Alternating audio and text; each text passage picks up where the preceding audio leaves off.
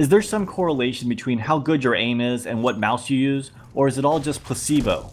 Is it actually just preference when it comes to mice, or is there something more to it?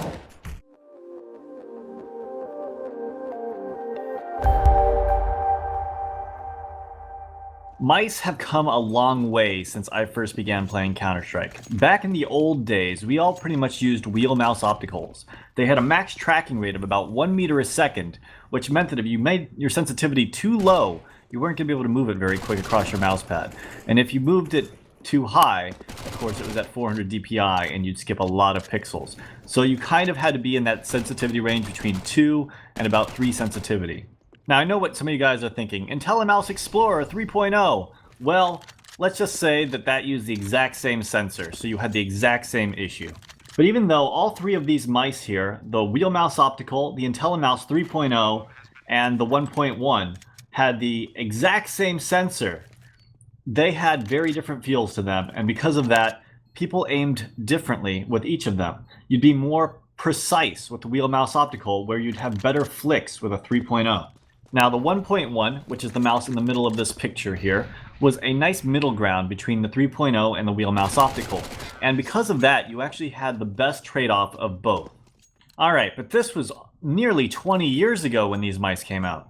And while the technology inside the mouse has definitely evolved over time and become better and more sophisticated, the shapes tend to remain the same. So basically, here are the shapes. The typical palm mouse, like the 3.0. Which also seems to be the same shape as the Death Adder and the EC2. Then we have the wheel mouse optical shape, which is also the same shape as the DM1 and the Rebel. But I do feel like I'm getting sidetracked, and while I do feel like this is going to come down to shape at the end, let's go through some of the stuff that's a little bit easier to look at. So as I mentioned earlier, the Microsoft mice had terrible sensor performance where they could only track up to 1 meter per second. Nowadays, we've pretty much gotten rid of the limitations of tracking speed with the 3360 sensor. But tracking speed isn't the only important thing. Like some mice used to use prediction, which meant that you would lose 5 degrees of every angle that you tried to aim at. This is also known as mouse correction.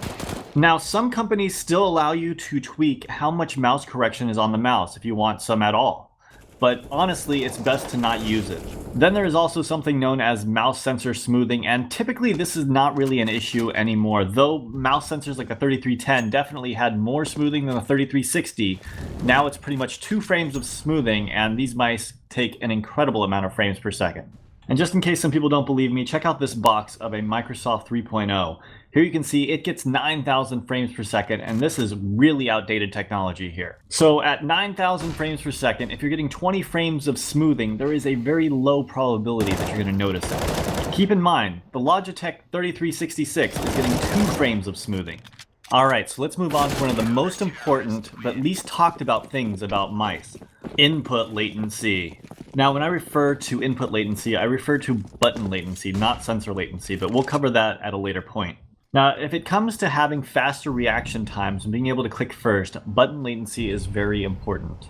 For example, the fastest mouse on the market currently has a button latency 16 milliseconds faster than the wheel mouse optical that I first started playing Counter-Strike on. To give you some context, let's say that you have a reaction time of 200 milliseconds with a wheel mouse optical, but with the fastest mouse on the market, you would have 16 milliseconds faster, which means you'd be able to react in about 184 milliseconds. Sure, I mean, that doesn't sound as impressive because we're dealing with such high numbers, but that's pretty much what the average person would see as a gain.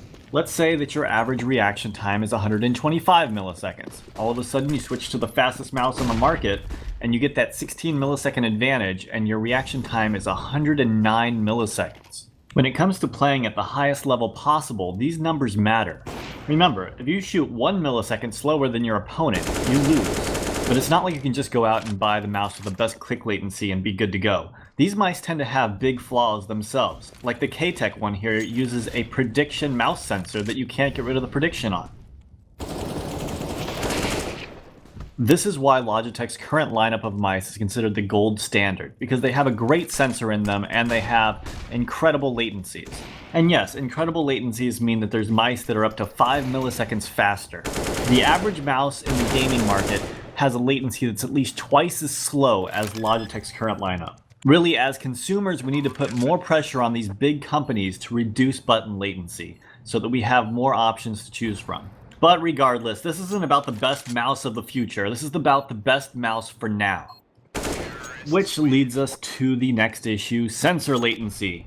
When it comes to sensor latency, there actually hasn't been as many tests involved, but you can find a couple tests here and there on YouTube. Usually the deviation isn't too much, only being different by about 1 or 2 milliseconds. So usually this isn't even something you have to worry about or consider, with the exception of one case, and that would be Zowie mice. This last generation of mice, before they started using the 3360, back when they were still using the 3310, offset their y-axis and their x-axis so that they were off sync from each other. And I don't just mean a little bit off sync, they were an entire 10 milliseconds apart from each other, which just made you have this completely disconnected feel when trying to aim. So I recommend anyone that has a 3310 Zowie mouse replace that as soon as the option is available for you to one of the 3360 Zowie mice. So now that I've given everyone a bit of a lesson on the history of mice and where they're at now, let's talk about what the best possible mouse actually is. To do this, I not only went through top pro players, but because I knew that a lot of the kills that they get are heavily due to strategies, I also went through the best pug players in general, when there's not as many strategies involved. After all, for this we want to determine who has the best raw aiming ability out there and see what the top raw aimers tend to use.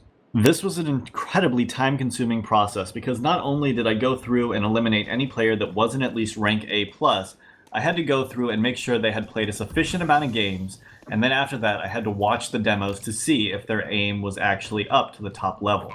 When I compiled this, I expected it to be all over the place, but it actually wasn't.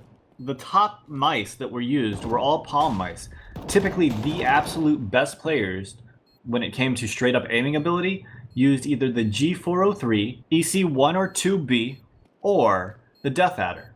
Now when it comes to going off raw aim in pug plays, these are pretty standardized. But when you get into pro players, you find exceptions like crazy. For example, Shroud when he played used a G303, which is practically unheard of at that level. Six seems to use a G900, which is also a different type of mouse than a typical palm, but I guess it's kind of a hybrid. You gotta understand though, pro players kind of have to make exceptions due to sponsorships, and they gotta find the best mouse that fits their needs within that sponsorship. Still though, the question is, why did it seem that palm mice seem to be the best way to aim? Well, it seems that it might have something to do with input buffering. Here's actually what happens. The game lumps all the inputs executed within one frame together, but they don't execute it until the next frame. In my opinion, this is one of the biggest reasons that when people moved from other versions of Counter-Strike to Csgo, there was so many early complaints about why the mouse movements didn't feel right. Don't take my word for it. Here's a video to show you exactly what I mean. So here is technically what should happen. This was done with a program to show you. He is clicking halfway through the flick here, and the bullet is actually shooting while he's, at the halfway mark. Just so you guys know, this is how it worked in Counter-Strike 1.6 and several older generation FPS games. The more recent lineup of FPS games, such as Overwatch and Quake Champions, do it the same way CSGO does it for some reason. So here's a video of how CSGO does it. Remember, he is still clicking exactly halfway through the flick, but it is not playing the actual shot until his flick is completely done, with the exception of when he actually slows down the flick quite a bit. Here is another example using Quake Champions, and I will after this show you an example using Overwatch. If I could get Valve to fix one thing about Counter-Strike, this would be it. Even an average player out there who gets about 300 FPS with a beast rig could be off by about 2.5 degrees on a 5-degree flick. So I know what you're wondering, how does that correlate to the type of mouse people tend to play with better aim in this game? Well, I believe it has to do with the wider base of the mouse. I think this keeps your aim more stable, and because of this, when you do large flicks, you're more likely to land your mouse cursor on the target rather than shoot at the target when your cursor's over him but continue moving. So statistically speaking, after going over all of this and looking at some of the best aimers in Counter-Strike, what is the absolute top mouse? Well, the number one spot goes to the G403. Not only does it have one of the best button latencies, it has an excellent sensor in it, only 2 frames of smoothing, and it's a wide base palm mouse. So it is no wonder that the top 3 of the absolute best aimers that I found all use G403s. Sadly, I can't use a G403 because I can't be around magnets. What's up with that, Logitech? Get rid of the freaking magnet! The next mouse that came in was the EC2B, probably because of its smaller size to the EC1B. Still though, I don't feel like the EC2B is quite small enough, so I'd like them to create a smaller one with the EC3B, but I'd also like them to put in some low latency buttons. Because let's be honest, the button latency of the Logitech 403 is still twice as fast. Next up, we have the Death Adder, which is just a little bit bigger than the EC1. That's probably why it ended up coming in 4th place. It also has the same click latency as the Zowie mice, which means that it's still twice as slow as the G403. After that, we have the Logitech G Pro followed by the FK2, and so on and so forth. Anyways guys, that's it for this video. I hope you guys enjoyed it and found it helpful. Let me know what you guys think in the comments down below, and have a great day as always.